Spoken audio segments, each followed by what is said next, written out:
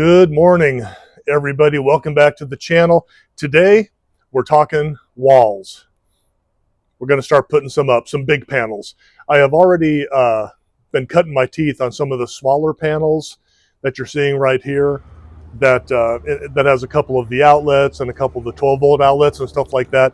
But today I really want to tackle some bigger panels, and I'll walk through hopefully doing at least one bigger one. The material that I have chosen, I got from Home Depot. It's 1/4 inch thick or 5.2 millimeters thick, according to the little sticker. I've used this stuff on other house projects to create like my own shiplap and everything. I really like it a lot. It's pretty cheap. It cuts easy. It's easy to work with. It's got some nice flex to it. It's also very lightweight, which has been a real priority for me with the van, because again, this is my daily driver to and from work. So I'm trying to keep the weight down. I've also found too that our marine grade vinyl sticks to it really well with the spray adhesive. So all around, really good material, and I'm really happy with. It will be attached using rib nuts that either in the existing holes are in the van or ones that I have to drill with rib nuts, an M5 rib nut with M5 bolts that will go in that kind of have almost like a little built-in washer. I'll show you what that means or what that looks like in a little bit. That's how it's going to be attached. One of the priorities I had for installing walls and many other aspects of this is serviceability, meaning I can take the wall off quickly if I have to in order to address any electrical problems or insulation or moisture or sound or whatever. I want to be able to take them off quickly. So nothing in the walls or the ceiling, when I get around to that, is going to be stapled or glued or nailed or anything like that. I want everything to be attached with a bolt so I can take it off easily and get to something to address any problem that might come up. So so that's one of the priorities I was looking for with that. So let's go ahead and start taking some measurements in here on a big panel, and let's get started. All right, so from the bottom or from the top of my bed frame to right here where the wall is going to go is right on 4 feet. Looks like it's the same thing here, 4 feet.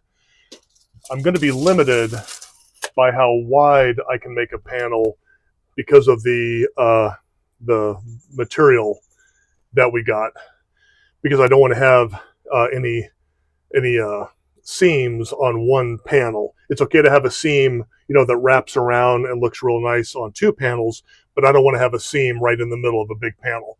So I'll be limited by how wide I can go.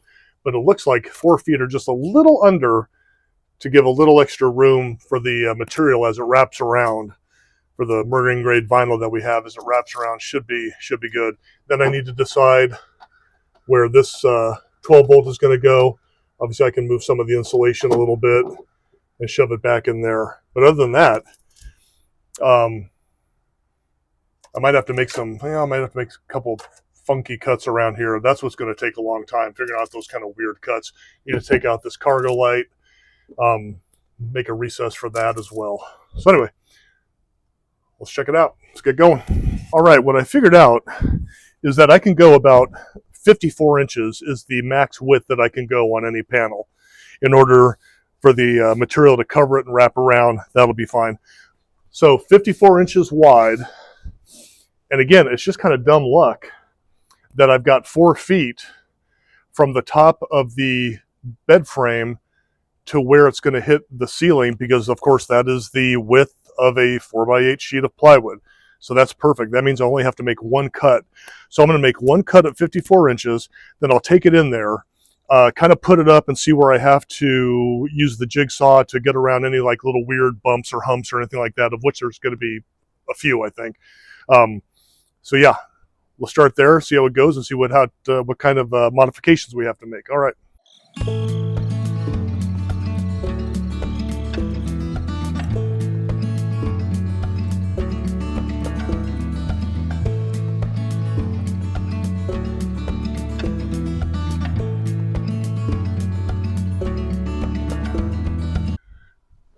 So the cargo light here just pops out super easy.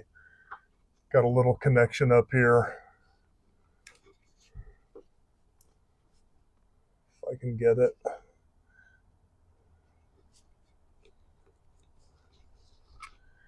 As with everything, it's got like a little clip holding it in place. I am horrible at getting these things out of here. There we go.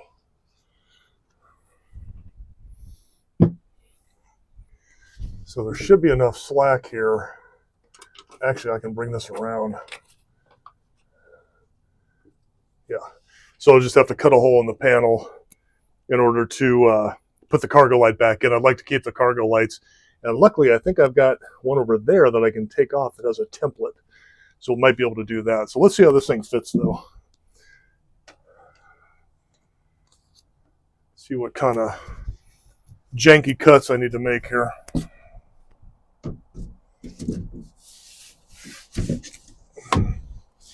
Okay.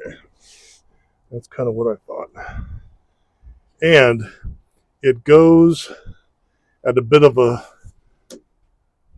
slope, very mild, 87, 86 degree kind of slope from there.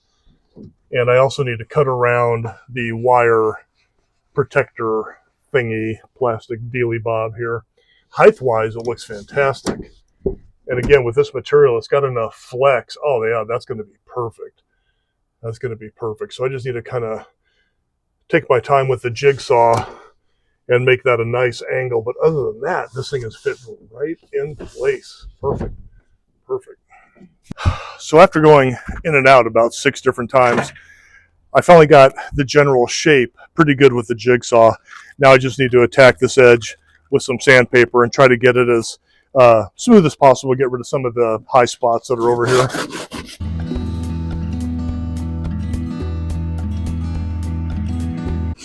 This will be shoved in the corner. Not that you would notice any huge discrepancy in the gap, but whatever. I'll get it as good as I can.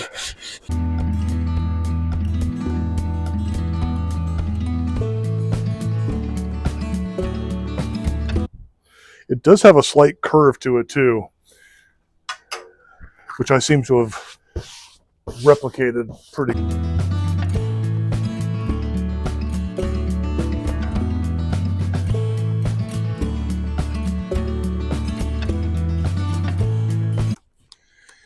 I had a feeling that this cargo light right above the sliding door would be a good template for cutting holes in the wall for the other cargo lights, and it looks like I was correct. This thing comes right off. There goes that nut. Yeah. Perfect. Pre-built template. Now, what I've been doing with all of my 12-volt accessories, I really like having them in this holder. I'm not even sure what you would call this thing. Faceplate, I guess you would call it. And it is a great thing to use as a template in order to then get out a big drill bit and drill holes. I've got a step bit that's big enough to actually use or get big enough to fit these 12-volt things through. Just want to make sure that it's somewhat level. I marked center right here. I wonder if I can get this guy out. All right, managed to get the switch out there. So I have that marked as center. I got my pen. I know the bottom is level. So if I put that at 41 on that side, oop, yep, she's off. 41 right there.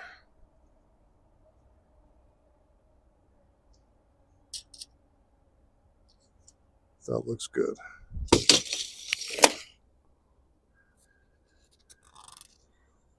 And just trace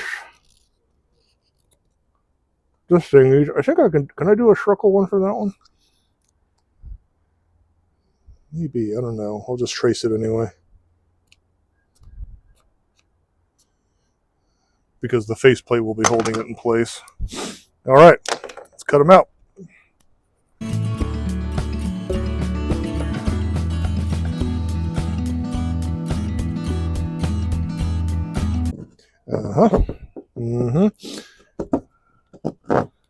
Pretty good, pretty good. That'll work. Maybe a tickle more on that. All right. Now for that switch, what do I do about that? I think I know. For the switch, I've just got a regular old drill bit, and I think if I do two of them right next to each other, that'll kind of look like a rectangle. We'll see.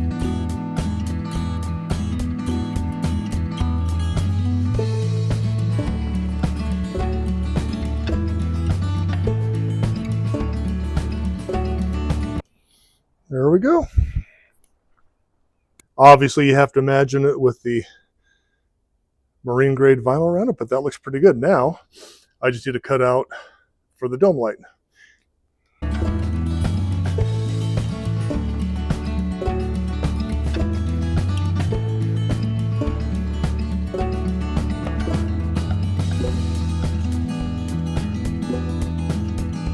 I don't want to shove it all the way in on the first try, but dang near close. Now I need to make it a little bit bigger because the fabric, or vinyl wall covering, will wrap over here, so I've got to leave some space for that, but that is pretty good. That looks good. Excellent. So we've got the panel cut out. I think we're going to have to make a little modification that I'll show you here in a minute. But now you have to decide, okay, where do I want to actually attach the panel onto the sheet metal? Luckily, there's all sorts of areas. We've got a nice wide area down here, plenty of points to attach. We've also got right along basically the almost the midsection of it. And we've got a few up here, like here, here, and here. And then, of course, along the back. So a bigger panel like this, I'm thinking I'm going to have at least 10 attachment points, again, with rib nuts and little bolts, just to make sure it's secure, not bowing. Here's what I just ran into, though, and I'll show you this.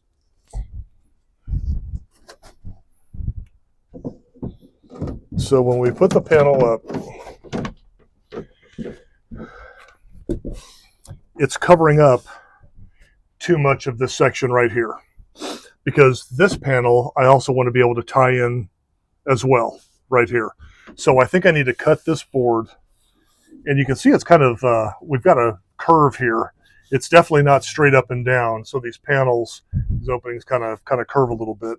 So I need to basically cut about from there, and it looks like I can, I might as well go up to there as well. Anyway, I'll bring in my level and do a straighter line. But basically, again, I want to be able to attach this panel onto this area, and more importantly, have the other panel attach onto there as well. So we need to cut a little bit more off.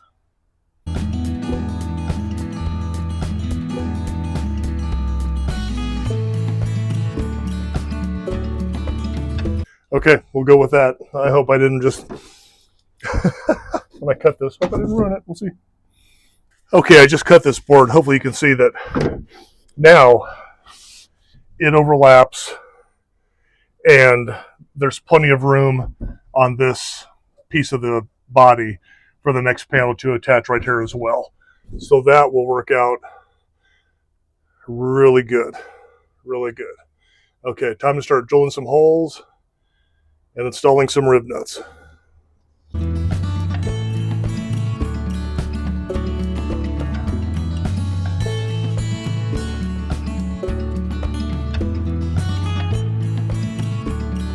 The more difficult parts of this is knowing, okay, it's easy to drill a hole and put in the rib nut, right? That's not a big deal. But then when you put your panel up, not knowing exactly where that hole is, so you can drill a hole in the wall to hook it up to the rib nut accurately. What I did with the test panels that I put in already, I would drill a hole, put the rib nut in, put a bolt in, mark that bolt up with a Sharpie, and then push the panel up against it. It leaves a mark then on the panel, obviously, and then you can drill through that. And that's been pretty successful. With a bigger panel like that, it's a little more difficult. Luckily, as you can see, I've been going around the edges where I know I can put it. So what I'm going to do is go ahead and get my drill bit, drill through here, go ahead and drill through the sheet metal so everything will line up there. The only problem I'm having is trying to figure out exactly where this piece of sheet metal goes, because you can see there's holes there. I don't want to drill through the plywood into a hole. But all around the perimeter, I've got it. I just need to really focus on this area. But I think I'll go ahead and drill these holes and have a little success there while I figure out this. I think I might as well, you know what? I've decided. I'll go ahead and put my rib nuts in back here and then do the old, put the bolt in, mark it up, press it up against there, because all these other holes will already be here. That's it.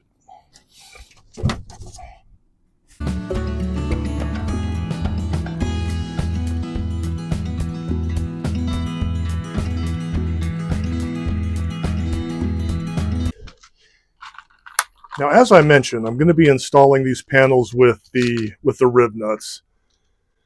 If you've never seen one of these, they're really cool. Great way to attach. It takes this special tool right here. Just drill a hole, put the rib nut on the end of that, press it. You'll see me do a bunch of them, and it'll put it in. Now, I have a little expertise in this. You might have seen a cool one that attaches to a drill. Okay, it's a rib nut setter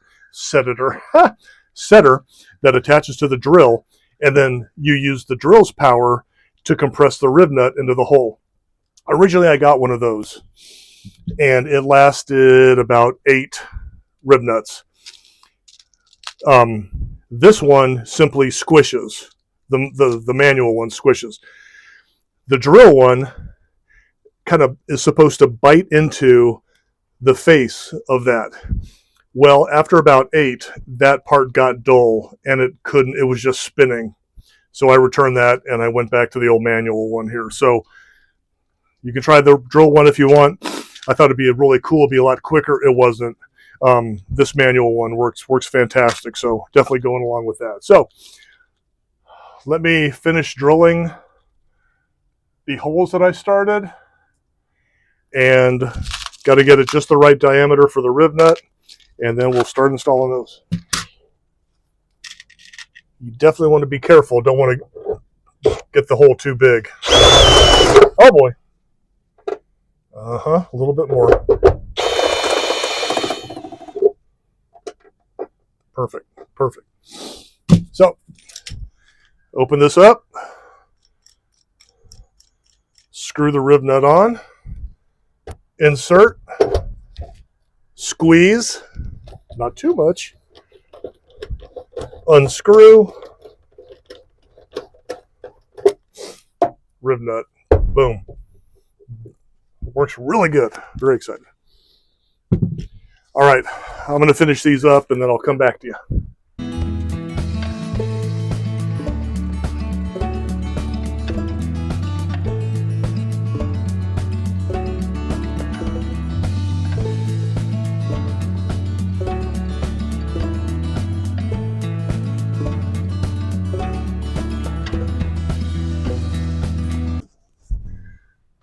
All right, I've screwed a bolt in here, marking it up with a Sharpie.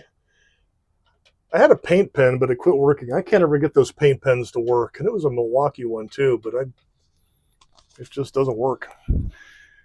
All right.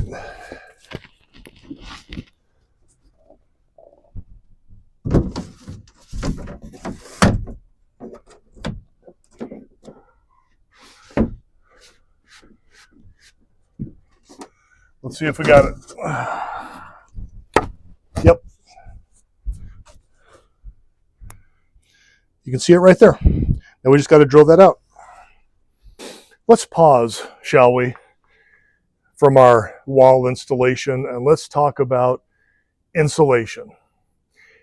There may not be another thing that I have racked my brain more on or done more research on than what kind of insulation to put into the van.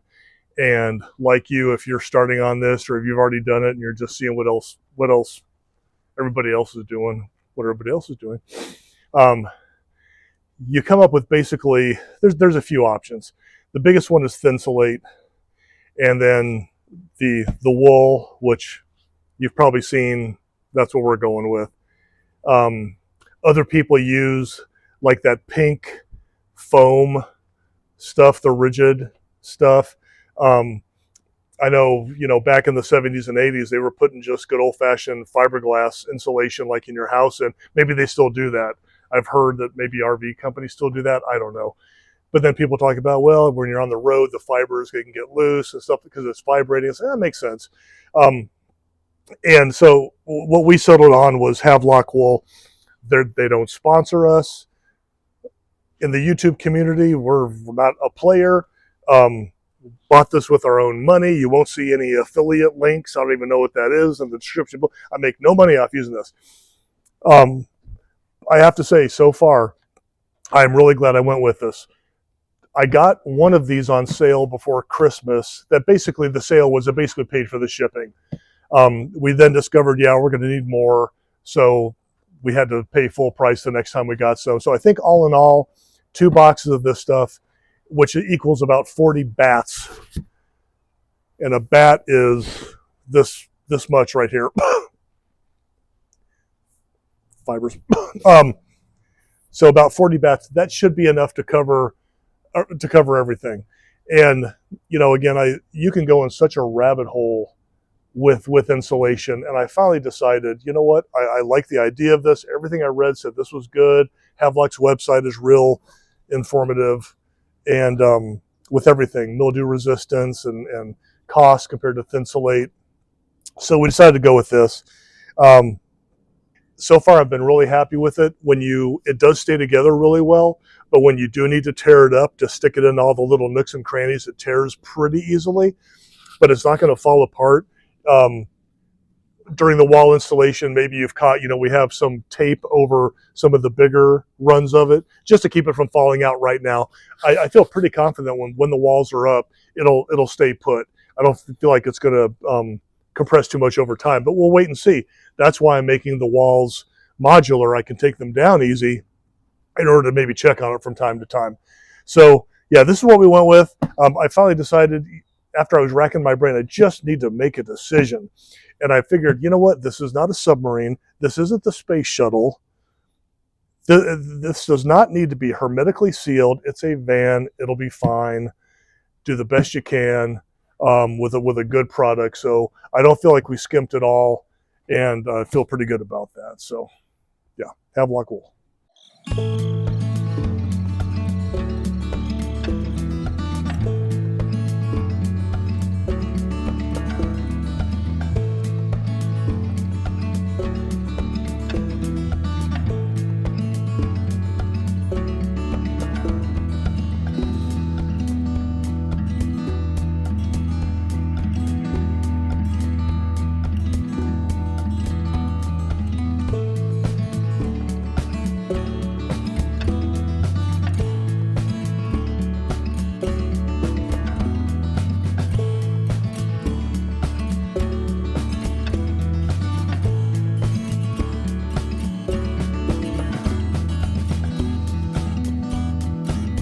I have found that the Super 77 by 3M, you do need to wait about 45 seconds to a minute for it to set up.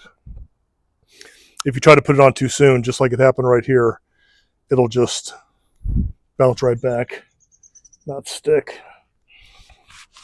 And I'm not good with being patient.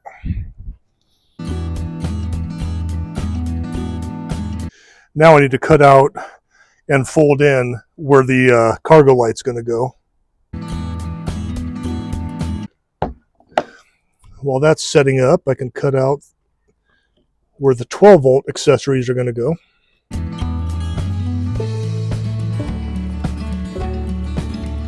All right, next thing. One of my personal favorite YouTubers is Derek over at Vice Grip Garage. and he showed this trick. Normally, with the holes, now that the fabric, the vinyl is covering up the holes, I would just take a drill bit and drill right through it. Nope. Derek showed this cool thing where you just go ahead and heat up a punch, and then you just melt right through it. And I've been doing this, did it on those other panels inside, and it works really good. And no frayed edges, no nothing, nice clean hole. Let me find a hole to do over here.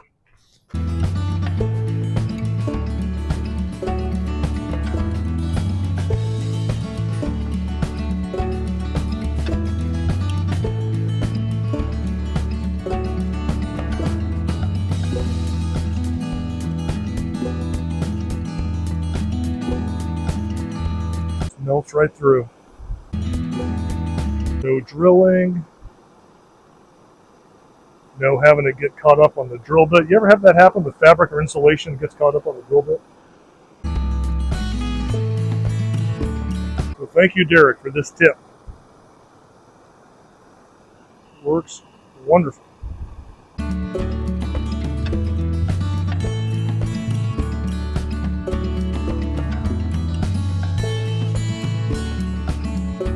Our 12 volt and our cargo light are installed. Can't really think of a better way to do this other than to try to tape it in place because there's nothing to tuck it into here.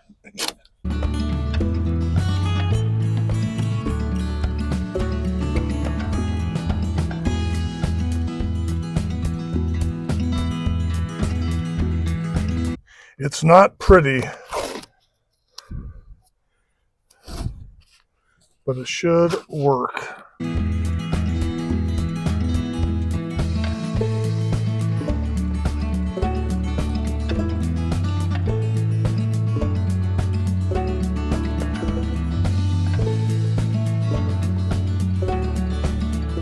Alrighty, one fairly large size panel installed.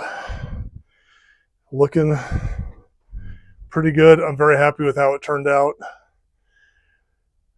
The one bad thing is we've got another roll of our vinyl inside, but I still have all the rest of this to do. And this stuff ain't cheap. Well, thanks for tuning in. I've got a lot more to do. This one panel took a long time. It's going to take a little bit longer. Of course, cutting out for all the lights and the 12 volt, that takes a little bit longer time. So I'm just going to kind of keep plugging on it and see where I end up material wise. But I'm really happy, again, very happy with how it turned out. It's smooth. It looks good. I think the sound deadening is going to be really good also with the installation. So thanks for tuning in, and you'll look forward to seeing an update when I get this thing totally done. See you next time. Thanks.